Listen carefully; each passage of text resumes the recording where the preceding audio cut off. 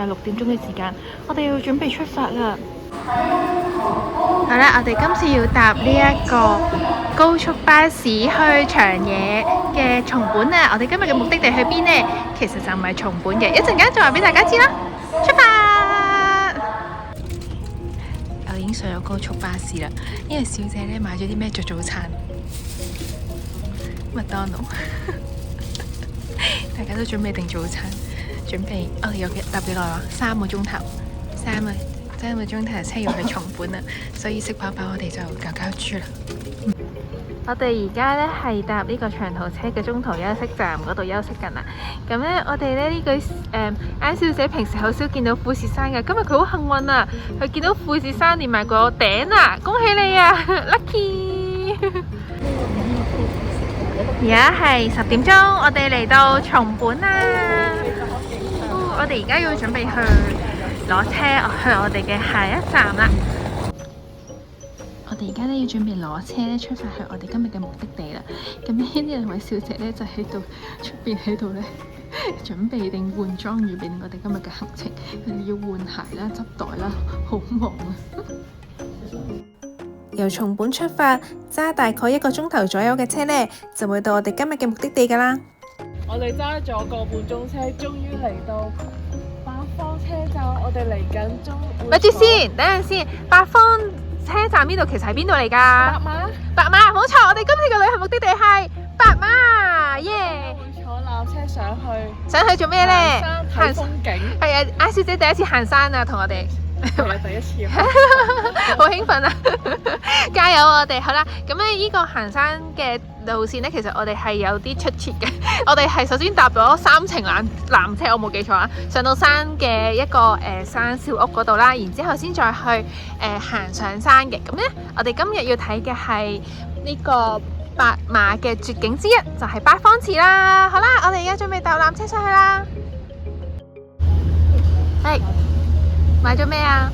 我哋買咗張來回嘅車飛，係呢度八方美根嘅纜車飛啦。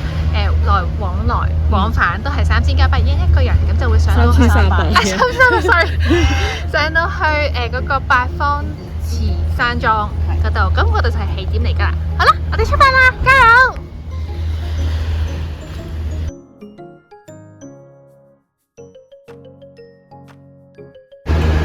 我哋遇到呢一個八方美根嘅呢個吉祥物啦，應該係啦，希望我好中意佢啊！而家準備搭呢個鳳凰山上山啦，呢個係第1程嘅。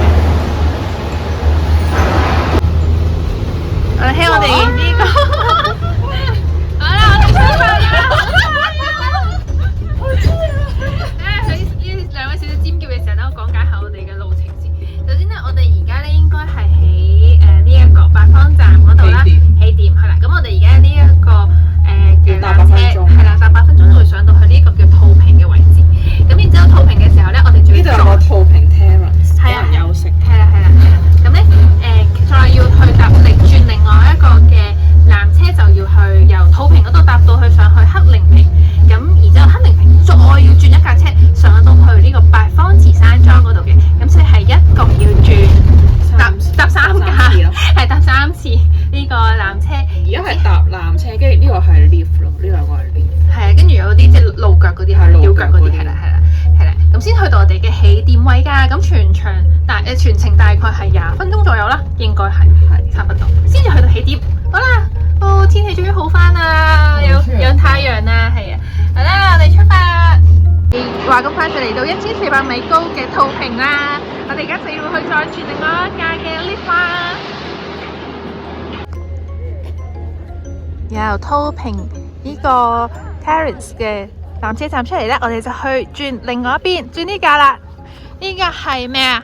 呢個好似係叫做 Appen Line 啊，搭呢一架纜車上山啊 ，Go！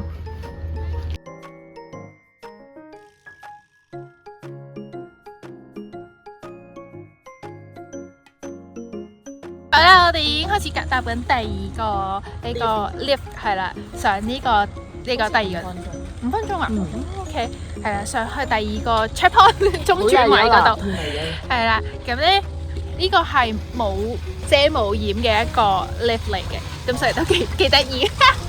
我哋睇到側邊嘅自然景觀，有人好驚，都幾笑。哇，話咁快呢個纜車只係需要搭5分鐘咋，就差唔多到呢個站啦。我哋已經見到嗰度啦。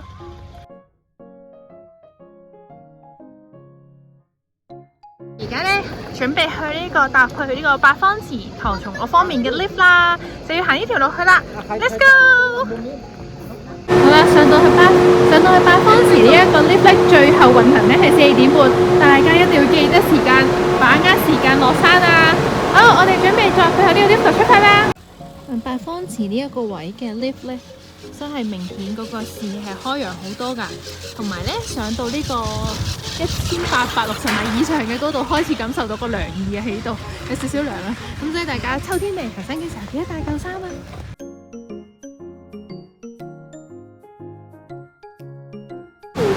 好啦，我哋終於到我哋嘅出發點啦！呢度就係八方池山莊啦。咁其實佢係一個山小屋嚟嘅。咁有其他人都會去行呢個白馬岳啊、唐松岳嘅話，都會可以喺度 stay 1晚，然之後再去到挑戰嘅。咁係啦，呢度有最後嘅賣水機嘅地方啦，同埋應該好似係啦，嗰邊有個洗手間嘅。咁所以咧，行山前要準備好就喺度準備好啦。登山前呢，我哋可以喺呢一個八方池嘅山莊度準備啦。咁我哋呢2位嘅行山新手人士咧，已經雞手鴨腳咁樣喺度整緊佢哋嗰支行山竹，一淨係行山竹都仲係搞到咁耐啊！點算啊？喂，快啲啦，趕住出發啦，得未啊？一開始嘅時候咧，其實你已經會見到呢一個2個選擇㗎啦，向左走定向右走咧？咁咧點樣抉擇咧？就係咧，如果你係向難度挑戰啦，比較係一啲而家好似而家見到嘅石路嘅話咧，咁咧你就向呢個登山嗰條路度行啦。咁如果咧你係想行比較平坦啲嘅咧，咁咧你就向 easy 呢一邊木道去度行啦。不過咧木道有個唔好處就係佢需要嘅時間就比較長嘅，佢需要90分鐘到先至去到八方池㗎。但係登山道嘅話咧，就只係需要60分鐘就可以行到去㗎啦。咁咧，而我哋嘅選擇係咩啊？easy 識決係啦，我哋會行 easy 嘅，耶，來回都係 easy 嘅，咁所以咧 sorry 啦，我哋帶唔到大家去睇呢一個登山 course 啦。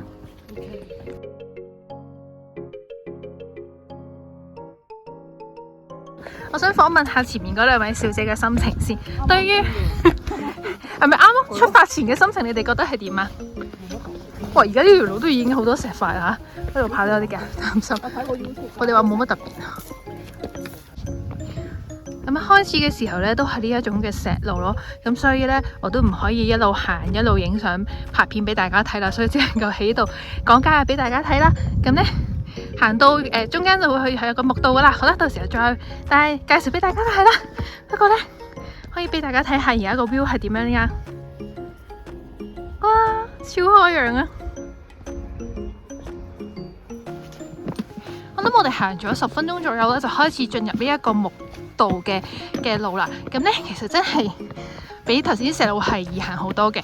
咁普通唔係行山鞋都比較穩陣，因為頭先咧，因為今日唔係着啲行山鞋啦，找地嘅能力冇咁好啦，咁所以都踩啲石頭都幾跣嘅。其實係啦，咁樣有行山裝備就最好啦。對於行開山嘅朋友嚟講呢，呢條路線真係算係超級 easy 啊！但係對於行山初心者嘅佢哋嚟講呢，就呢位小姐呢，每行1分鐘佢就要唞，每行1分鐘佢就要唞，唔得咁樣㗎，你要俾啲加油啊！可以㗎，你可以㗎，信自己。好啦，我哋仲有咧400米咧，就到呢個第2嘅 Kelu 啦。咁咧，每一個 Kelu 咧其實係一個石堆嚟嘅。咁其實類似一個地標嘅地方咧，類似係一個標識，證明我哋去到某一個 checkpoint 嗰度啦。好啦，過咗頭先嗰段路之後咧，似乎呢段石路真係易行好多喎。係，因為喺喺 Cable 同呢一個第2嗰個 Kelu 中間呢段路咧係好似平坦好多喎，咁冇咁多石級啊，同埋冇咁高低起伏得咁犀利，咁比較易行得舒服啲啊。哇！除咗頭先嗰段平坦啲嘅木路之外，而家呢段直情係平路啊，超易行啊呢段路。咁樣過咗辛苦第一段之後咧，呢一段平路真係比較舒適好多啦。即係嗰個山頂嗰個 K 路嗰個係最辛苦，係啦。好，我哋可以嘅，加油！好啦，我哋行到呢段，準備上去嗰個屋嗰度啦。哎，K 妹妹你覺得點啊？要上樓梯，佢已經一見到就要嗌聲嘆氣，但係人哋仲要跑落山添。人哋仲要跑落山啊！你仲要嗌聲嘆氣，你真係加油啦！距離呢一個八方池仲有0.9 km， 仲有一段細路要行啊！加油！仲有一段小路先到呢個 K 路啊！唔好唞啊，行快啲！我心跳好快。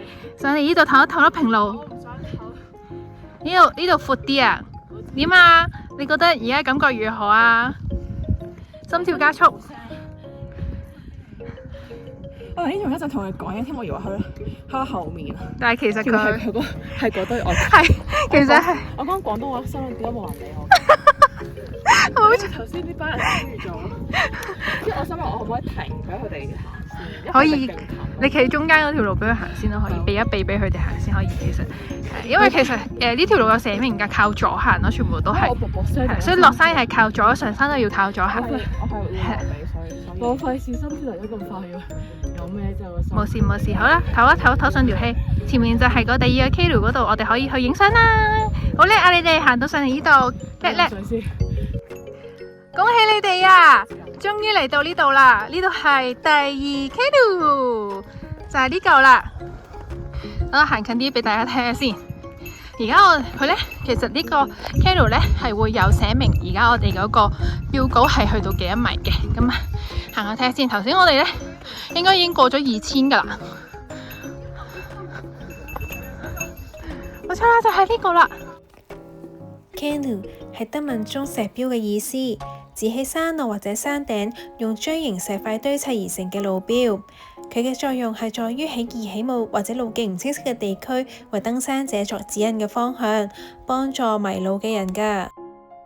上面嗰個山上面嘅 K 路有挑戰啊，好似好緊，但係因為要行斜路上去，咁所以呢，加油啦！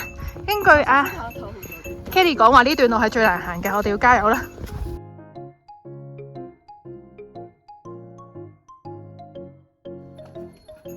說時遲那時快，我哋又去到另外一個 K 路啦。咁即係意味住係咩呢？我哋差唔多到我哋嘅目的地八方池啦。不過呢，即係呢，上車啦，同埋好多石級呢，啲石級都好跣嘅，咁所以大家行嘅時候都要小心啲啊！好啦，到啦，就喺呢度啦，八方 K 路，耶！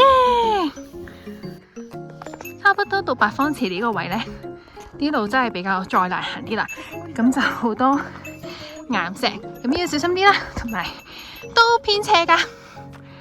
好啦，我嘅團友而家呢，仲係喺度緩步行緊，加油啊！就快到噶啦！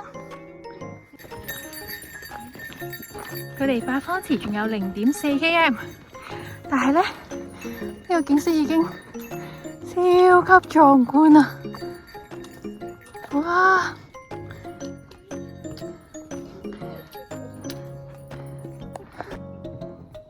行下八方池中間呢度呢，哇，個山脈超靚，但係呢，而家呢係一段落山嘅路啊，咁所以呢，都 OK 嘅。不過我諗陣間行返上嚟嘅時候就應該有另外一種辛苦啦。不過為咗睇美景要辛苦啲都係值得嘅，加油！我哋終於都到達我哋今日嘅目的地啦，八方池啊，就喺呢度啦。呢個八方池呢，其實呢，喺而家咁風平浪靜嘅時候呢，可以影到呢個對面嘅山脈嘅倒影，係超靚。我哋今日超幸運啊，超靚啊！哇！我想問下兩位團友啊，你哋行呢段路覺得點啊？你哋啲行山初心者？其實圍咗一次一個圈嘅咋，咁我哋就落翻山噶啦。係啊，完噶啦，恭喜你啊！得咗啦。係啊，點啊？你覺得？你話俾 Kevin 佢哋知啊？阿家冇都行到。點啊？你覺得行山行成點啊？訪問下你哋嘅意見先。都有想過放棄嘅一下，但係堅持，對於啲唔行山，一年唔行一次山嘅人係好辛苦嘅，係咪？堅持就得㗎啦，係啦，唔好放棄。係就有美景。哇！除咗樓梯之外，我你睇下嗰啲我而家中意出咗行喎。出咗陽光之後幾靚，超靚！哦，成功啦！我哋嚟到呢個長野白馬嘅秘境八方池啊！呢個就係八方池嘅完整原貌啦。咁除咗睇頭先個位呢，其實我哋仲可以經一條路兜一個大圈上返去上面。咁上面呢，山頂位置嗰度呢，仲有一個 K 路嘅。咁兜翻嗰條路翻去呢，就可以沿翻到落山噶啦。八方池係位於長野縣白馬村白馬八方尾根，海拔約2060米高嘅天然池塘嚟㗎。由於池水喺風平浪靜嘅時候，可以完整咁樣倒映出白馬三山，因此被譽為日本阿爾卑斯山山脈中最美麗嘅鏡湖之一，係無數愛山者心目中嘅心神嚮往景色嚟㗎，亦都被 CNN 選為日本31美景之一啦。日本人對所有山咧都有個神嘅感覺嘅，咁咧呢度都有一個飯茶心神社奧社，咁係喺度喺呢個山嘅八方池嗰度係會有呢個咁嘅神社㗎。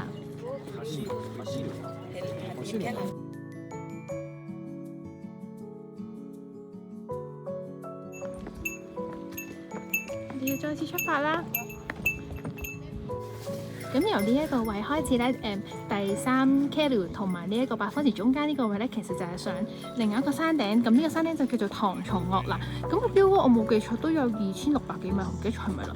咁所以都另外一個好似30分鐘左右嘅山頂咯。但係呢度開始必須要有呢個登山裝備先可以上山㗎啦。咁我哋呢啲輕騎嘅行山人士都係兜個圈，睇多次八方池就落山咯。我哋嚟到咧第3個 K 路啦，咁呢個咧就係唐松 K 路啦。咁咧呢度望咯，應該咧就係望到呢個唐松岳嘅山頂嘅。咁咧佢哋已經喺度影緊一啲好照片嘅相啦。咁咧喺唐松岳呢一個 K 路嘅唐松 K 路呢度行過少少咧，就可以睇到呢一個由高處俯瞰呢個八方池嘅景色噶啦。睇嘅咧。冇錯，喺呢個白馬嘅八方池嘅呢個位，你都可以見到遠遠地見到富士山山頂㗎。我哋今日好好彩啊，又見到佢啦 ！Hello， 富士山。好啦，我哋要沿路去到落返山啦，因為而家已經3點20分啦。咁我哋要趕4點半嘅 K 步。好啦，落山希望容易啲啦。Let's go。落山呢，喺呢啲石路呢，真係好難落咧。睇下我哋咁，我哋 I 小姐行到，好叻啊！落到啦，成功啦你！好啦，鏡頭一轉，仲有一大段路落啊！我哋都仲未去到第2個 K 路啊！上山容易，落山難啊！大家都講，所以其實落山仲難㗎，小心啲啊！大家。Yes, you can do it。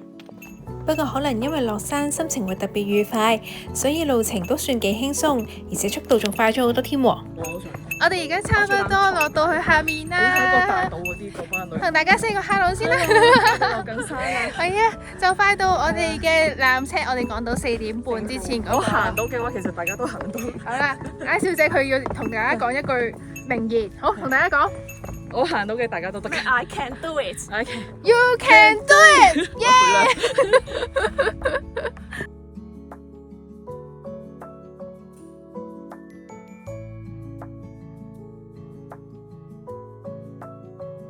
喺4點13分左右啦，我哋終於落到嚟啦，趕得切呢個 K 步卡，耶，好叻啊！我成功咗啦！你成功咗啦，叻啊 ！On time 啊！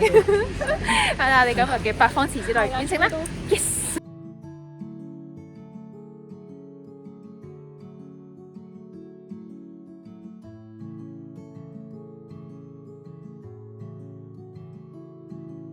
今次我旅團嘅初心就係行山秘境之旅，喺預定3個鐘頭之內完成到啊！我覺得佢哋2個真係非常之叻啊！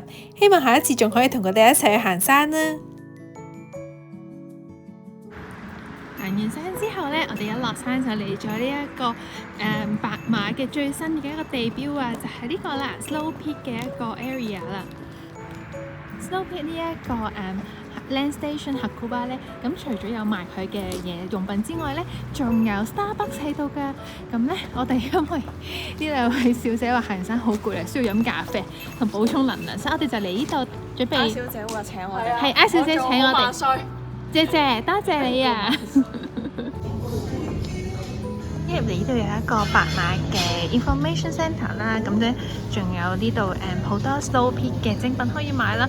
咁咧仲有呢度係白馬限定嘅一個，哇！呢個就係呢個綠色嘅杯就係呢度限定。但係麻麻地呢隻，就係頭先我哋遇到香港人講6000幾yen嗰個，唔係啊，係啊，6000幾yen呢個咯，俾大家睇下。咁有冇Hakuba嗰個白馬個名喺度㗎？係有啊有啊有啊係喎。因為如果中意綠色嘅人都幾靚嘅，其實仲有咩啊？都話好多幾靚，即係呢度先有。係啊 ，OK 喎呢，哇好大喎呢個 ，OK 喎，買餸嘅時候。呢個。咁又勉強都 OK 喎呢個，我覺得。咁仲有啲 T-shirt 啦，唔知有冇K 妹妹好中意嗰個 character 出現？轉個頭 ，K 妹妹就發現咗川南三世啦。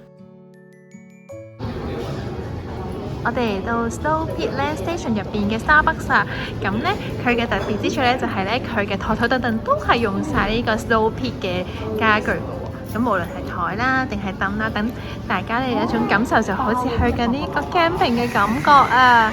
大家都可以嚟到感受一下噶。辛苦晒你哋，恭喜晒你哋完成咗今日嘅旅程啊！又可以睇到靚景咯。耶！辛苦晒你揸車，辛苦咗你個字。辛苦咗，多謝你嗰張行山廣眾。冇 You can do it。係啊，冇應該唔得㗎。為咗補償我哋今日嘅辛苦咧，我哋而家要決定去食好嘢啦，就係要去食燒肉啦，炭火燒肉。Yes， 就係呢間喺白馬好出名嘅炭火燒肉深山啦。我哋而家就準備去品嚐美味啦。深山燒肉咧，其實係主要用炭燒嘅。咁咧，我哋今日最豪嘅係呢個係咩啊？嗌咗個特上嘅牛舌。其實係因為冇得揀。係冇得揀，佢話佢牛舌係得翻，佢有特上啦，有普通啦，總之得翻呢隻。係啊，得翻。因為我哋7點半嚟都已經得翻呢一種啦。咁所以大家如果想食好嘢，就可能要 book 早啲嘅時間啦。跟住連豬肉都冇啦，咁得翻啲普通雞肉啦，同埋呢個沙律啦，同埋腸。咩腸？大鮮腸。豬肉腸嚟嘅，係啦。咁我哋仲嗌咗其他嘢嘅，咁不過都係嗰句啦，大家早啲嚟食會好啲。好啦。